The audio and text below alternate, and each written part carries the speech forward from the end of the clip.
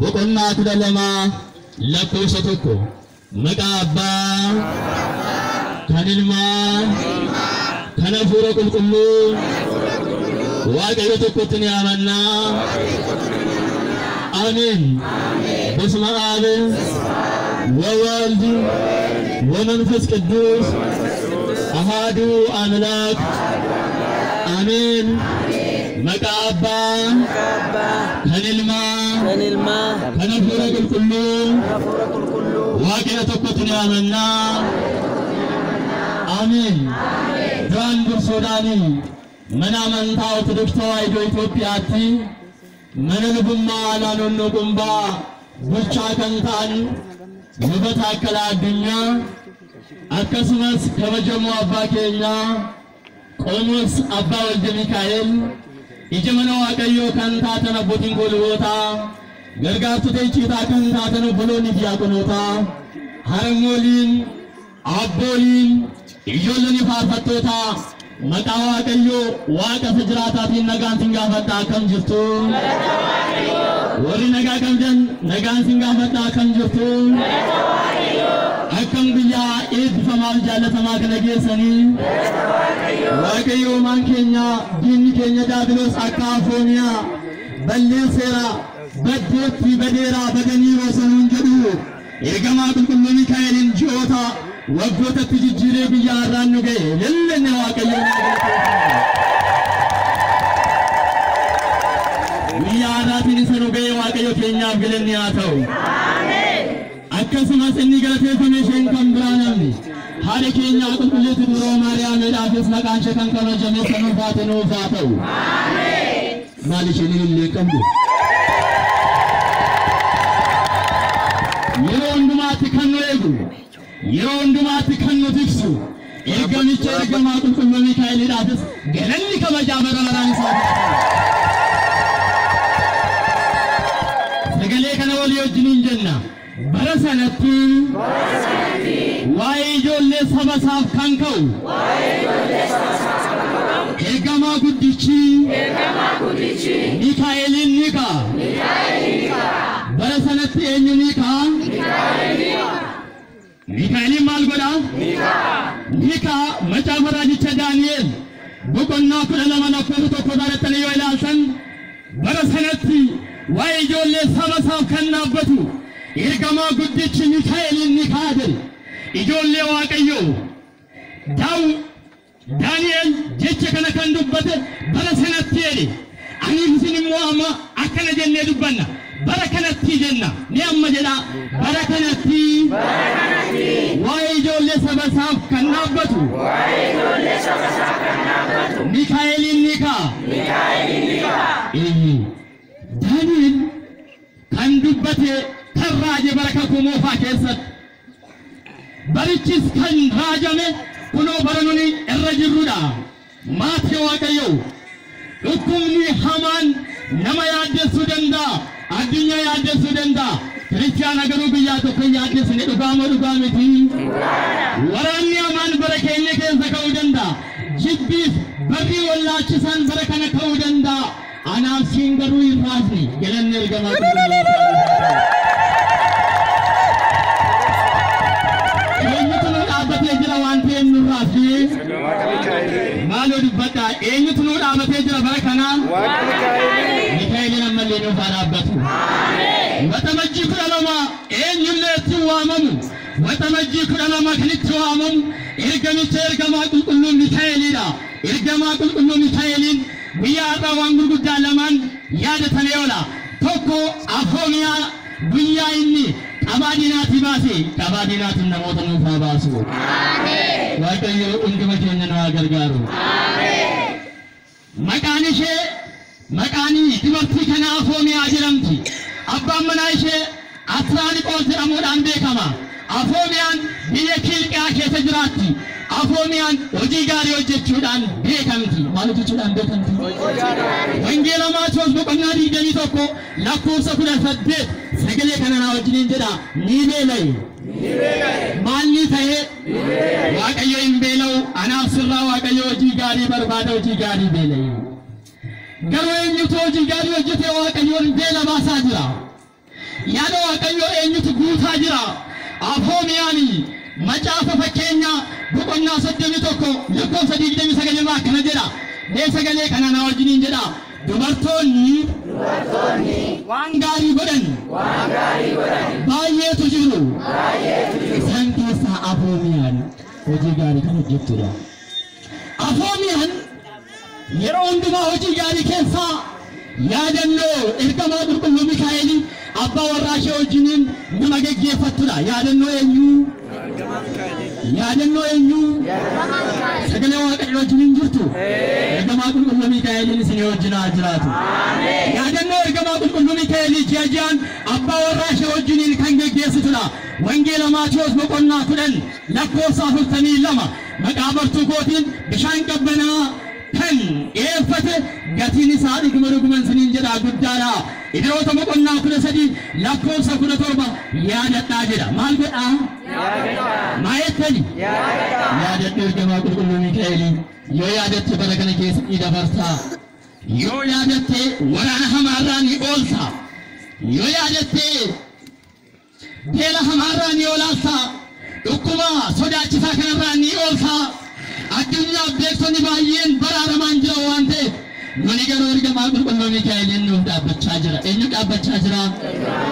Mana keef, jireenya keef, maatii keef ergamaa qulqulluu Mikaa'el haa dhaabbatu. Kana booda diinni Daabiloos Afoomiyaa qoruudhaaf bifa lama uffateetti dhiyaate. Bifa meeqan siniin jedhee?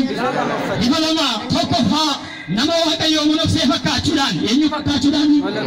Monoksee fakkaachuudhaan macaafa raajicha Ermiyaas boqonnaa 23 lakkoofsa 16 akkana jedha. Mee sagalee kana na wajjiniin jedha. Raajonni sobdoonni abdii sobaatiin waan isin goyoomsaniif hin dhaga'inaa. Maaliin godhinaa?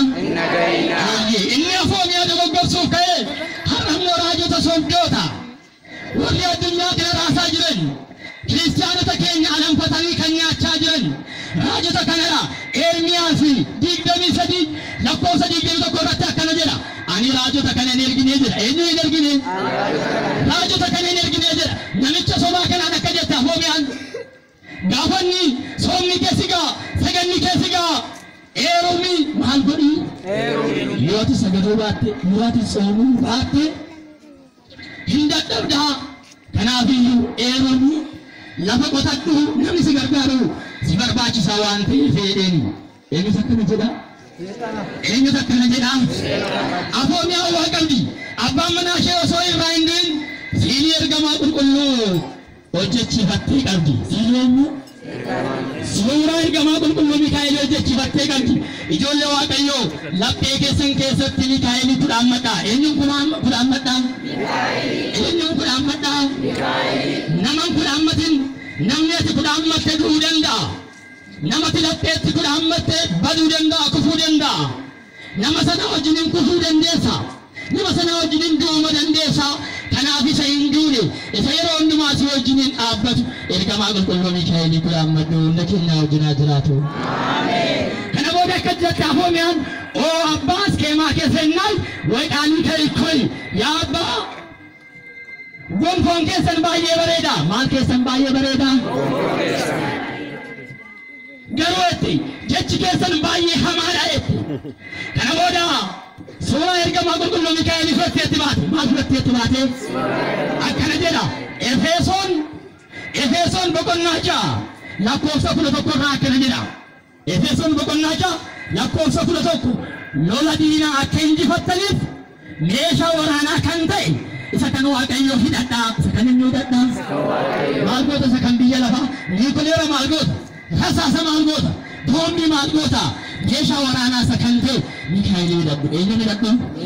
Inni yeroo hundumaa balaakiiti waan ta'eef. Kana booda waan hidhattee jirtu Afoomiyaan fudhattee galitti baate.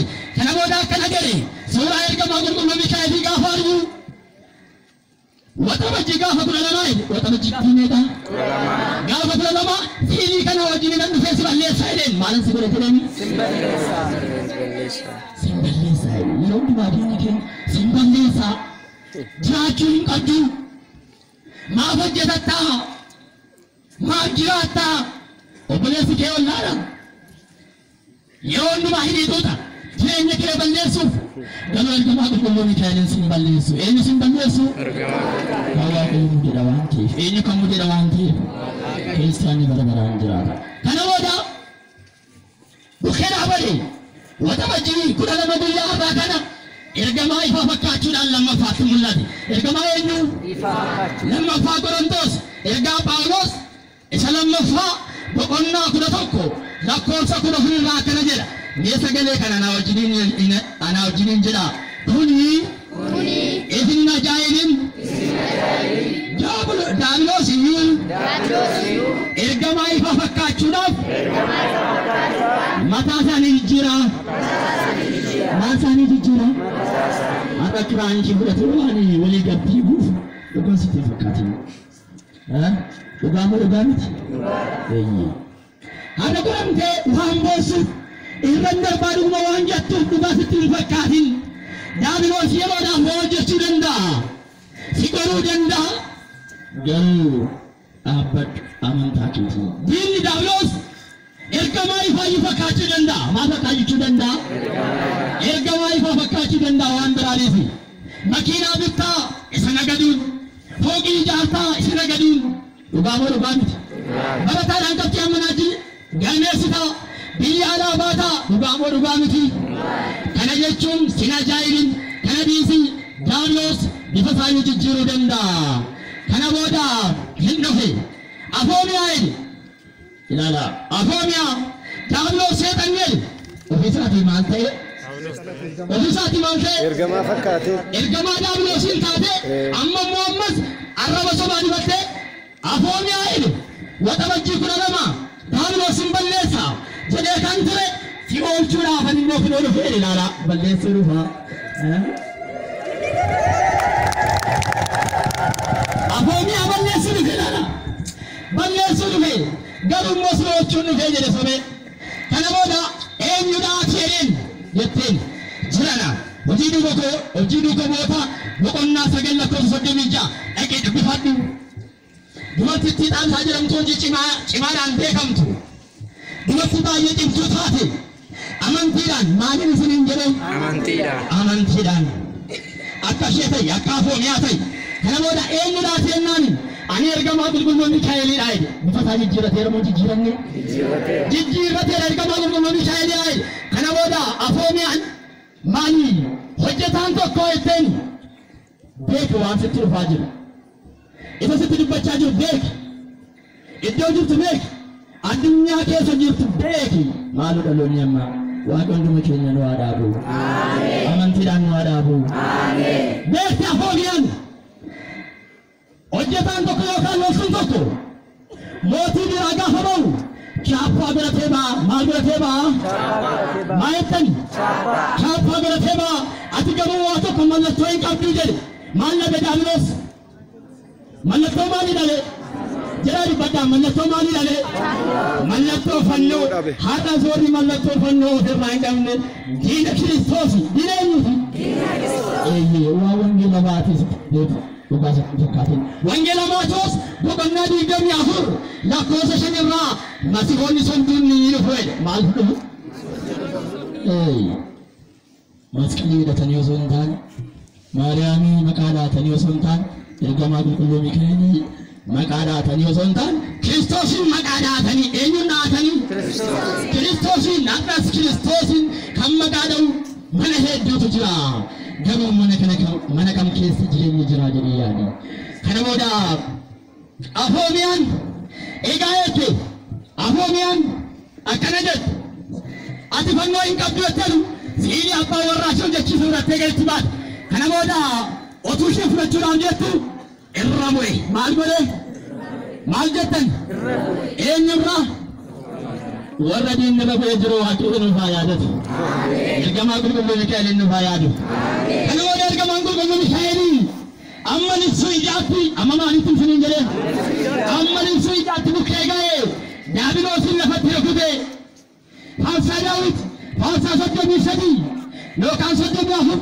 لا كوسة تبرع كنا جرا نيسا قلي كنا ناوجين جرا ergamaan waaqayyoo naannoo warra isa sodaatanii ni buufataa ni oolchasi maal godhasi warra eenyu sodaatan warra ergamaa waaqayyoo sodaatan maarre amma libsuun ijaa gochaarifuu ni dhiiti yeroo ija kedhuun fattuuf bantu hin beektu diiyaabiloosis yeroo si qoruudhaaf dhufu hin beektu waan ta'eef qophaa'ee jiraadhu maaltu jiraadhu ergamaa qulqulluu Mikaa'el qabadhu jiraadhu eenyu qabadhu jiraadhu kana booda ergamaa qulqulluu Mikaa'el dhufeefi diiyaabiloos rukutee diiyaabiloosin waaqayyo nurraa rukute nurraa rukutee kana booda afoomiyaadhaan egaa boqonnaan kee har'aadhaa deemu maal kee har'aadhaa boqonnaan kee har'aadhaa diinaan qoramte biyya lafaa irratti guyyaatti haara galfattu garuu waaqayyotu beeka eenyutu beeka waaqayyotu beeka obsaaf amantiidhaan eegi warra si sososoban warra sitti odeessan hundumaa hin dhagayin addunyaa kana hin dhagayin sagalee waaqayyoo dhagayi isa fayyina ta'e isa maal ta'e fayyina isa ta'e jireenya isa ta'e nageenya isa ta'e sagalee waaqayyoo dhagayi inni kan hunda addunyaa kanaaf bu'aa tokko siin qabu maal siin qabu waaqayyoon nama keenya wajjin haa jiraatu egaa boqonnaan kee har'aa kana booda kottu waan qabdu hundumaa maal godhu mana qulqullummaatti galchee nuni iddoo daana'oon nyaattu iddoo biliin balleessitu iddoo hattuufattu qabeenyaa keenya